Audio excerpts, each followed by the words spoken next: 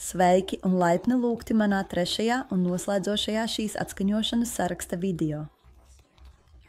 Ja jūs eksportējat vai plānojat eksportēt uz Ukrainu, tad pat tad, ja neesat atbildīgs par tarifu vai citu pārdošanas nodokļu samaksu, jums būs jāsaprot, kas tie ir. Tikai tad jūs varēsiet novērtēt, vai jūsu preces ir konkurētspējīgas pēc cenas Ukrainas tirgū.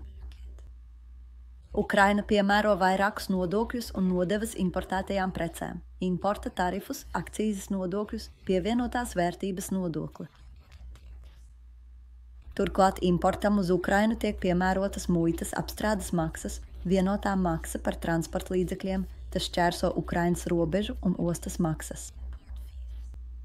Šajā prezentācijā mēs aplūkosim Ukrainas brīvās tirzniecības līgumus, vidējos tarifus un pievienotās vērtības nodokli. Jums arī jāņem vērā, ka importam uz Ukrainu tiek piemērotas muitas apstrādes maksas, vienotā maksa par transporta līdzekļiem, tas šķērso Ukrainas robežu un ostas maksas. Jums vajadzētu sazināties ar savu kravu ekspeditoru, lai noskaidrotu attiecīgās izmaksas, kas tiks piemērotas jūsu sūtījumiem.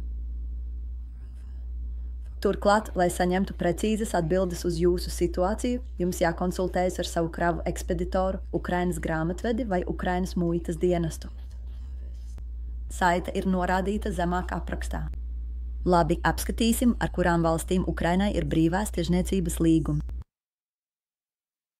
Pašlaik Ukrainai ir 18 brīvās tirzniecības līgumi, tas aptver 46 valstis. Tajos ietilpst apvienotā karaliste, EFTA, Kanāda, Izraela, kā arī, kā redzat šeit, Melnkalne, Maķedonija, Gruzija, Azerbaidžāna, Uzbekistāna, Tadžikistāna un Turkmenistāna. Turklāt ir vērts atzīmēt, ka Ukrainas pasaules ekonomiskās atvērtības indeks ir 90% un turpina pieaugt.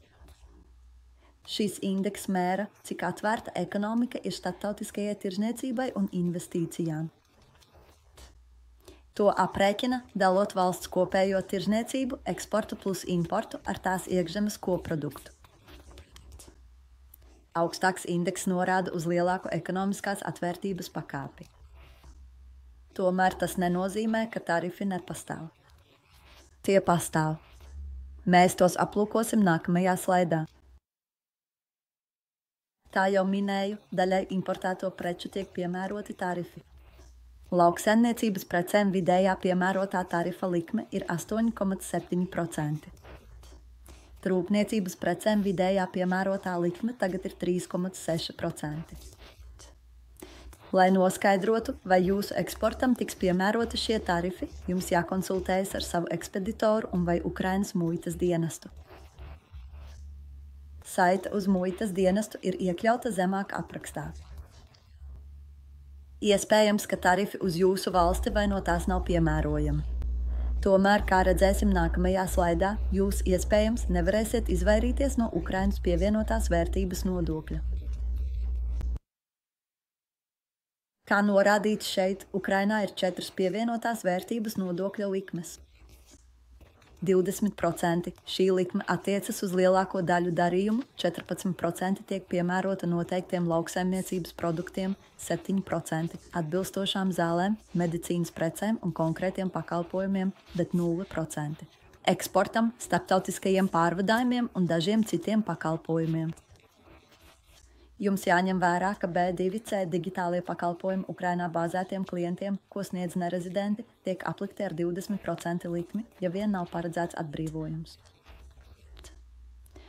Darījumi, uz kuriem neattiecas pievienotās vērtības nodoklis, ietver vērtspapīrus, prasījumu cesiju un noteiktus nomas darījumus, kā arī tranzīta pakalpojumus un starptautiskās tehniskās palīdzības projektus. Ir arī īpaši PVN atbrīvojumi, kas saistīti ar kara stāvokli, kā es paskaidroju video Ukrainas juridiskie, banku un nodokļu apsvērumi. Noteiktos apstākļos ir atbrīvojumi no muitas nodokļiem un pievienotās vērtības nodokļa, kas parasti saistīti ar programmu Ukrainas atjaunošanu. Lai iegūtu detalizētāku informāciju, jums jākonsultējas ar savu Ukrainas grāmatvedi vai jāsazinās ar ICT Ukraina. Mūsu kontaktinformācija ir norādīta zemāk aprakstā. Tas arī viss īsts pārskats par Ukrainas tarifus un pievienotās vērtības nodokli. Paldies, ka noskatījāties šo video Ukrainas tarifi un pievienotās vērtības nodoklis. Ceru, ka tas jums bija noderīgs. Mani sauc Oksana Gunda, un es ar nepacietību gaidu jūsu ziņu.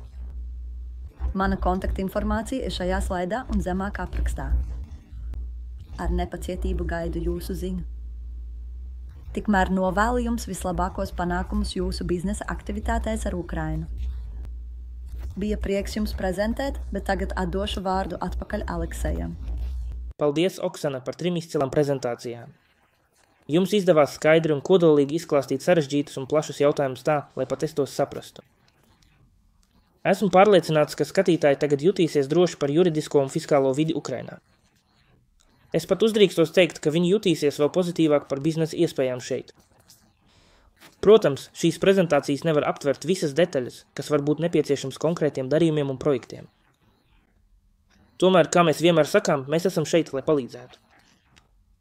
Ja skatītājiem ir kādi juridiski vai nodokļu jautājumi, kurus nepieciešams detalizēti apspriest, Oksanas kontaktinformācija ir norādīta zemāk aprakstā.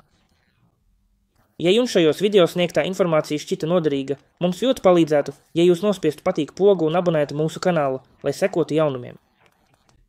Lūdzu, dalieties ar šo video un atskaņošanas sarakstu ar saviem kolēģiem un biznesa kontaktiem. Mēs to ļoti novērtētu. Un pats galvenais, atcerieties, ICC Ukraina un mūsu partneri ir šeit, lai palīdzētu, tāpēc, ja jums ir kādi jautājumi, droši sazinieties ar mums.